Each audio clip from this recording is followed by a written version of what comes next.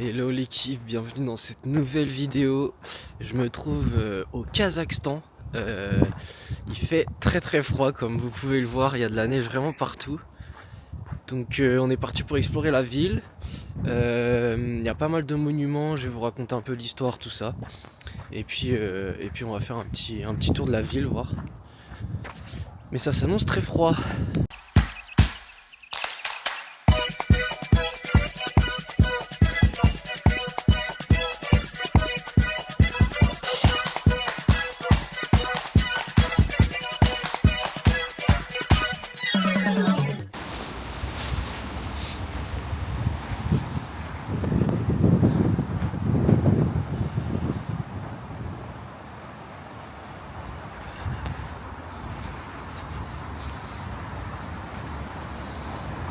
Bon, comme vous pouvez le voir, j'ai sorti le bonnet. Je sais pas si vous m'entendez très bien. En tout cas, moi je m'entends plus parler, donc j'espère que je crie pas. En fait, j'ai pas précisé où j'étais vraiment au Kazakhstan. Je suis à Astana, au nord-est du Kazakhstan. Donc pas très loin de la frontière russe, si je dis pas de bêtises. Et donc c'est une toute petite ville. Et c'est super beau, franchement c'est vraiment magnifique. Regardez où est-ce que j'arrive. Je vais vous présenter justement ce que c'est en face de moi. Et c'est vraiment zinzin. La grande tour là. Très beau. Mais avant de vous parler de cette grande tour, je vais vous parler du Kazakhstan. Donc le Kazakhstan, c'est le plus grand pays de l'Asie centrale. C'est un territoire qui est marqué par les traditions nomades et une histoire passée entre l'Empire russe et la période soviétique. Avec son indépendance en 1991. Et contrairement aux idées reçues, c'est pas parce que le pays finit par Stan, Kazakhstan, que c'est forcément un pays en guerre. Bien au contraire, c'est un pays qui est super safe. Et même l'un des pays les plus sûrs d'Asie. Voilà, moi je dis pas ça pour te rassurer, c'est vraiment vrai. Et c'est un mélange, ce pays c'est vraiment un mélange entre culture ancienne et modernité. Et on arrive au monument. Le monument que vous voyez devant moi, enfin derrière moi du coup, ce monument il s'appelle Baïterek. C'est vraiment le symbole d'Astana, vraiment. Les gars, il commence à neiger. Je sais pas si vous voyez, mais c'est zinzin. Vraiment, je me prends la neige dessus. Donc je vais faire rapide. Ce monument il représente le mythe traditionnel kazakh du Samruk. C'est un oiseau sacré qui pond un œuf d'or au sommet d'un arbre de vie. La tour culmine à environ 105 mètres. Dans le soi-disant œuf, on peut aller à l'intérieur prendre un café et avoir une vue de fou. Donc on va peut-être aller, mais le problème c'est que le ciel est vraiment couvert, donc je sais pas si on aura une belle vue. Mais on va peut-être aller faire un tour quand même. On va aller voir ça.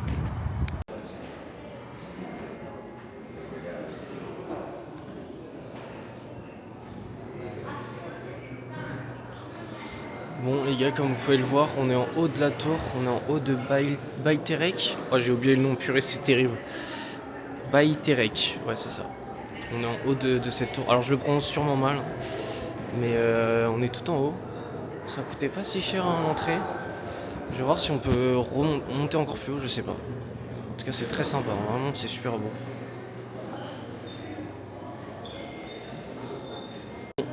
On pouvait monter encore plus haut. Il y a le dôme qui est juste derrière moi, du coup on est vraiment... Là il y a le top vraiment juste au-dessus. Il y a toujours cette vue sympa. C'est dommage, les vitres sont jaunes. Ça gâche un peu. Vraiment très sympa. Très stylé. Je sais pas si vous voyez là les deux grosses tours avec le bâtiment au fond. En fait c'est un bâtiment administratif. Mais franchement il envoie de ouf. Ça a de la gueule de zinzin. Vraiment très sympa. Et derrière il y a un monument qui a son importance aussi ici à Astana. Et je vais vous raconter son histoire aussi. Mais bordel, je suis frigorifié. C'est zinzin comme il fait froid. Et à sortir la caméra, vu que j'ai pas de gants, j'ai les mains gelées. Mais bon, c'est pas grave, hein, on va les réchauffer après. C'est très beau, ouais, j'aime trop cette ville, hein, vraiment, c'est zinzin. Très sympa. Il y a combien d'épaisseur de neige là-dedans, mais c'est vachement haut en vrai. Hein. Je pense que je m'enfonce facile au niveau du mollet hein, si je vais dedans. Facile. Regardez l'épaisseur de ouf. Mon corps il doit rien comprendre là. Il y a, pour vous situer le contexte, il y a je sais pas, il y a peut-être 12 jours j'étais dans le désert de Wadi Rum en Jordanie sous 25 degrés. Ensuite j'ai enchaîné Istanbul où il pleuvait mais il faisait pas trop mal. Et là je suis en température négative et il neige. C'est zinzin. Vraiment mon corps il doit rien comprendre à ce qui se passe. Mais bon, c'est vraiment incroyable quand même. Ma vie n'a aucun sens et c'est ça qui est ouf. C'est ça qui rend la beauté de la chose. C'est vraiment incroyable. Et normalement, je vais rester quelques jours là histoire de visiter et tout. Et après, je dois descendre dans le sud à Almaty. Bon, mauvaise nouvelle, je viens de parler avec un policier donc il parlait pas du tout anglais. En fait, il m'a dit que je pouvais pas accéder à pied jusqu'au monument que je voulais vous faire voir. Je peux y accéder que en taxi ou en voiture ou en bus, je crois, ou en tram. Je sais même pas si c'est un tram qui m'a dit, je sais plus ce qu'il m'a dit. Vu qu'il parlait pas très bien anglais, j'ai pas tout compris. Mais en tout cas, il m'a dit à pied tu peux pas. Donc, parce qu'en fait, il y a de l'eau qui sépare et tu peux y aller que en voiture. Enfin, c'est une route quoi. Donc, tu peux pas y aller à pied. Je suis fatigué, vraiment, mes explications sont interminables. Du coup, bon, bah là, je vais aller faire des courses. On va se rentrer parce qu'il commence à neiger, pleuvoir en même temps et ma caméra elle déteste ça. Donc, on va aller faire des courses. Et puis je vais me poser, me reposer, et puis demain on ira visiter vraiment à fond. Donc voilà, c'était vraiment la petite première partie de la visite. C'est vraiment le monument principal que j'ai fait. Et puis il en reste pas mal à voir, donc j'ai hâte de vous montrer tout ça. Bon les gars, en fait le bâtiment administratif que je vous montrais, en fait c'est le palais présidentiel. Il représente le centre administratif et politique de la nation. Là, je me retrouve devant un autre monument. Regardez ça. Pouah. Et non, je suis pas en Égypte. Je suis pas devant les pyramides de Gizeh, mais je suis toujours au Kazakhstan sous la neige. Il fait toujours froid. On est le lendemain du coup de la première partie que vous avez vue. Et je suis gelé.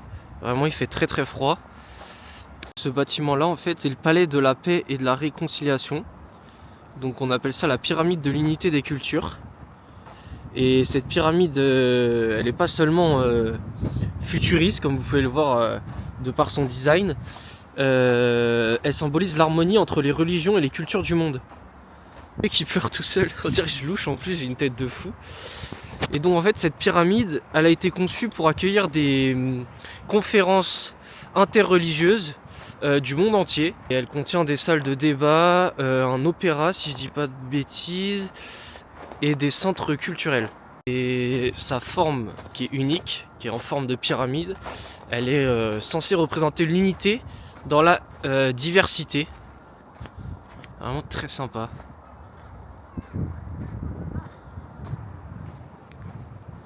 On va essayer de s'en approcher, mais je sais pas si on peut rentrer dedans, je suis pas sûr. Ou alors faut payer, je pense. On va voir. Elle est immense, hein, vraiment. Je sais pas si ça paraît immense en caméra, à la vidéo, mais elle est vraiment très très grande.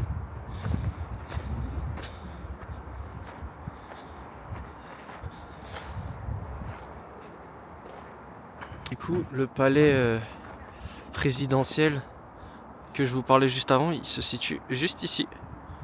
Voilà. On a le magnifique drapeau du Kazakhstan. Genre ça donne peut-être l'impression que c'est ville fantôme un peu et tout, mais en vrai non, il y a du monde, ça vit. Mais c'est sûr que c'est super calme, ouais. C'est une ville super calme, mais c'est vraiment très très joli.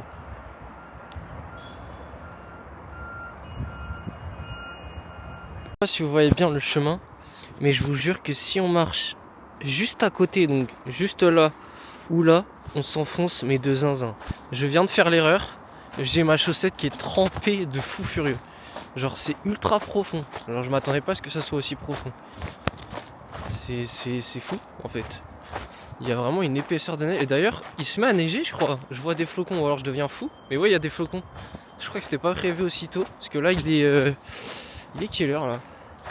Il est 10h49 et je crois qu'ils avaient prévu à partir de 14h. Donc il se met à neiger là. J'espère qu'il va pas trop neiger pour que je puisse vous filmer un maximum de choses. Parce que du coup demain après-midi, enfin demain début d'après-midi, je quitte Astana et je m'en vais vers une autre ville. Je m'en vais vers Almaty, qui est cette fois-ci au sud, à la frontière avec le Kyrgyzstan. Donc pareil, on va aller visiter. Je ferai sûrement un vlog sur ça. Donc voilà pour les news. Je vais en train. J'ai payé le train 37 € avec la couchette. Je vous montrerai ça en vidéo. Mais on peut peut-être rentrer par là. Je sais pas du tout. Bon, j'ai une tête de fou. Oh la tête de zinzin. J'ai payé l'équivalent de 3,50 € et pour visiter l'intérieur. Donc on a un tour en anglais. Donc je vais pouvoir vous filmer ça. Donc ça va être sympa. I will show you because we can see hear them now because they like close. We will be there up. Okay. J'ai pu voir l'arbre de paix qui est juste ici. Et l'opéra que je viens de filmer qui est ultra grand. Vraiment très sympa à visiter. C'est immense.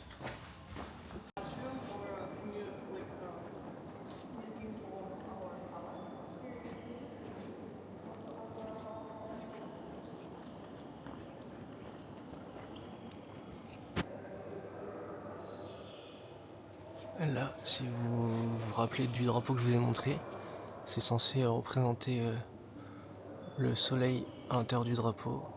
Et puis on peut voir les oiseaux autour. Je sais pas si on voit très bien parce qu'on est loin. Il y a la luminosité, mais c'est très sympa. C'est immense.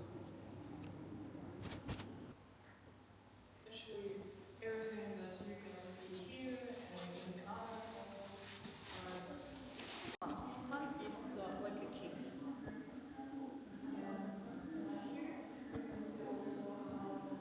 Il y a même un petit jardin. On est vraiment dans un petit jardin en haut de la pyramide. Il y a des plantes de partout.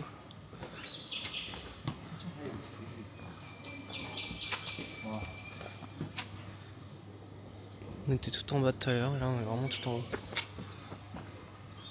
Vraiment c'est super joli.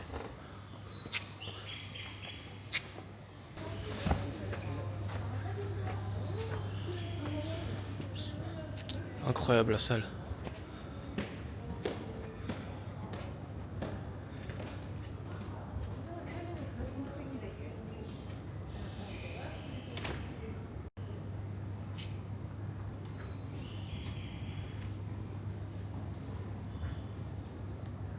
Les gars, pour l'anecdote de fou, donc on a visité et tout, je vous ai fait quelques plans. Et donc je parlais français quand je faisais la visite. Et puis j'étais avec deux becs. Pour moi ils étaient anglophones parce qu'ils avaient un accent anglais de fou furieux. Et en fait, non, il y avait un français et un argentin. Et en fait ils sont là parce qu'ils ont une réunion, un congrès ou je sais pas trop quoi. Et du coup je crois que c'était un homme politique français mais je sais pas qui c'était. J'ai pas reconnu, il était ultra connu et j'ai juste pas capté qui c'était. Mais ouais, très drôle, très drôle. Je viens juste d'arriver devant la mosquée Hazret Sultan. C'est l'un des plus grands lieux de culte d'Asie centrale. Elle est vraiment immense. Avec ses 3-4 minarets. Derrière les 4 minarets.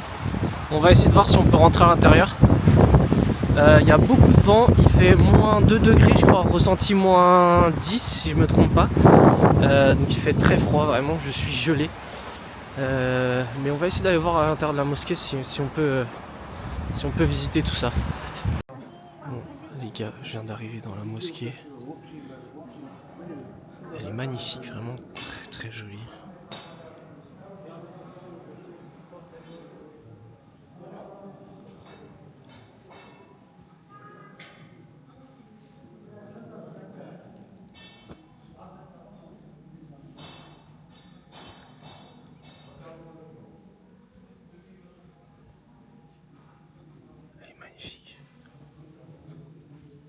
vraiment trop belle.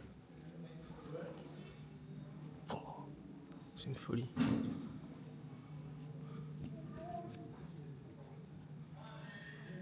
Oh, c'est magnifique.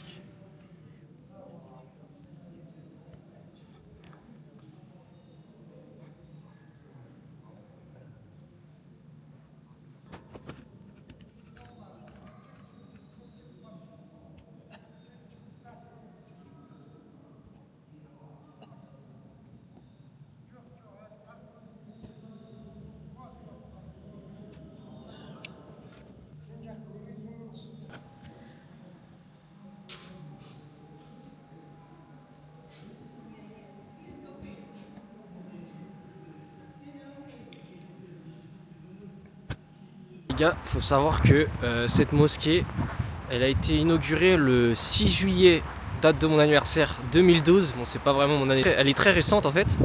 Comme je vous disais, c'est l'une des plus grandes mosquées d'Asie centrale.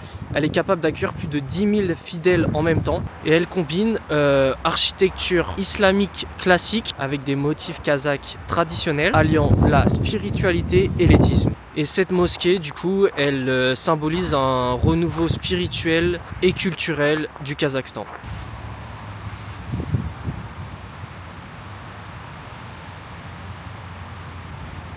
Les gars, je me trouve devant cet édifice qui s'appelle Khan Shatyr, ce qui signifie littéralement en kazakh le roi des tentes. Et donc, vous voyez, ce bâtiment, il est gigantesque et il a la forme d'une yourte kazakh traditionnelle. Ce bâtiment, c'est un centre commercial et il abrite donc des restaurants, des commerces, des aires de jeu et même une folie. Il abrite une plage intérieure. C'est zinzin. On va aller voir ça. Mais c'est incroyable. Je pensais pas que c'était aussi développé, aussi moderne. C'est moderne et en même temps ça reprend une infrastructure traditionnelle, genre une yourte kazakh. C'est zinzin.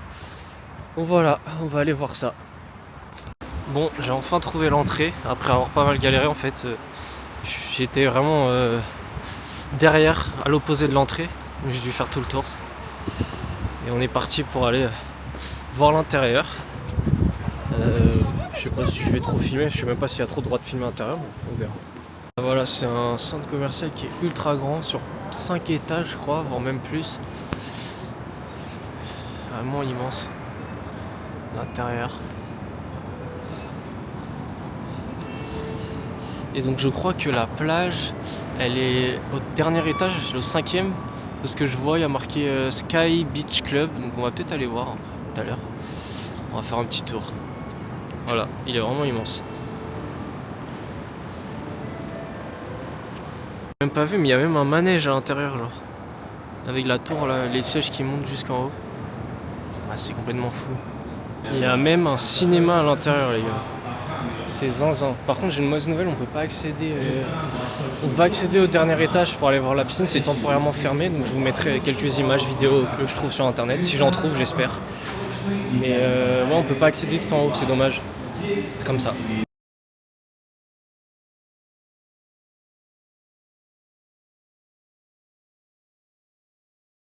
Bon les gars, là j'arrive au niveau du parc des amoureux. Alors je sais pas si vous m'entendez très bien parce qu'il y a encore beaucoup de vent.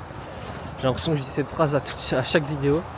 Le parc des amoureux, pourquoi il s'appelle comme ça? Parce que c'est un parc qui a été dédié aux amoureux et à la famille, parce qu'il y a des symboliques liées à l'amour.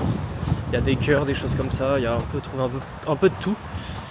Et c'est un des endroits qui est qualifié comme le plus agréable pour se promener et se poser dans un espace vert à Astana. Alors bon, il est plus très vert, hein. Mais voilà, en fait on peut se balader un peu partout, il y a des petits chemins un peu partout, donc on va aller faire un petit tour.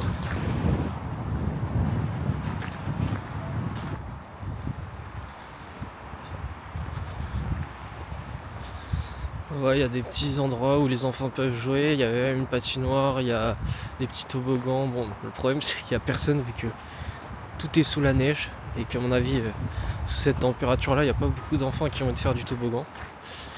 Mais c'est très joli, en vrai c'est très joli, ça a un charme. Il y a des petits chalets là, à mon avis lors de Noël, des trucs comme ça va être ouvert. Ouais, c'est vraiment sympa. Bon les gars, je vais profiter un peu du temps de marche que j'ai pour vous raconter un peu l'histoire d'Astana. Donc Astana c'est devenu la capitale du Kazakhstan en 1997 parce qu'avant c'était Almaty, donc Almaty où je vais aller qui se trouve dans le sud est du Kazakhstan. Cette décision elle a été prise pour plusieurs raisons stratégiques. En fait il faut savoir que Almaty elle se situe, la ville se situe entre des montagnes, donc c'est très difficile pour cette ville de s'étendre, et en plus elle se trouve sur un endroit où il y a énormément de séismes, tandis que Astana elle se trouve un peu plus au centre, même si elle est un peu plus au nord, mais centre-est du pays, et donc il y a énormément d'espace autour d'elle, c'est beaucoup plus simple de construire une nouvelle capitale ultra moderne comme ils l'ont fait, et de s'étendre. Il y a également une raison politique derrière ça. En 91, après l'indépendance du Kazakhstan, le Kazakhstan voulait affirmer sa souveraineté et donc il décide de créer une nouvelle capitale pensée pour représenter l'avenir du pays et non le passé soviétique qu'ils ont subi. C'est pour cela que Astana a littéralement été construite à partir de zéro. En fait, il n'y avait rien avant. Et donc ils ont construit des grands boulevards, des grandes places, des monuments futuristes. Ils ont vraiment construit des trucs de fou. Et donc tout ça a été construit pour montrer que c'est devenu un pays stable, moderne, ambitieux et tourné vers le futur.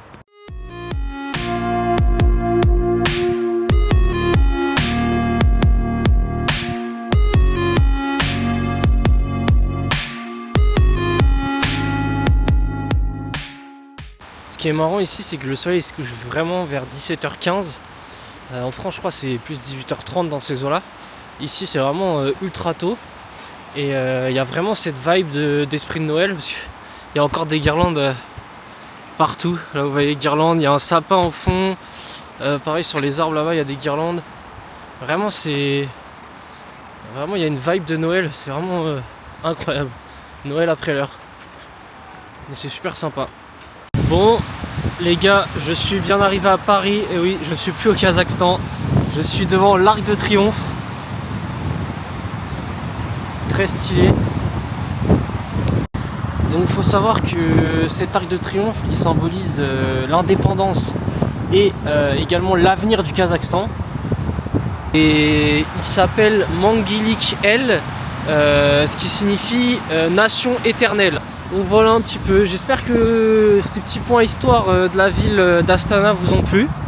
Moi demain je prends le départ direction Almaty en train. Je sais plus j'ai combien d'heures de train, mais j'en ai énormément. Et après du coup on fera une petite vidéo à Almaty, pareil je vous expliquerai un peu l'histoire et tout autour de ça. Donc voilà, j'espère que cette vidéo vous a plu. Je vous dis à la prochaine pour de nouvelles aventures, ciao ciao.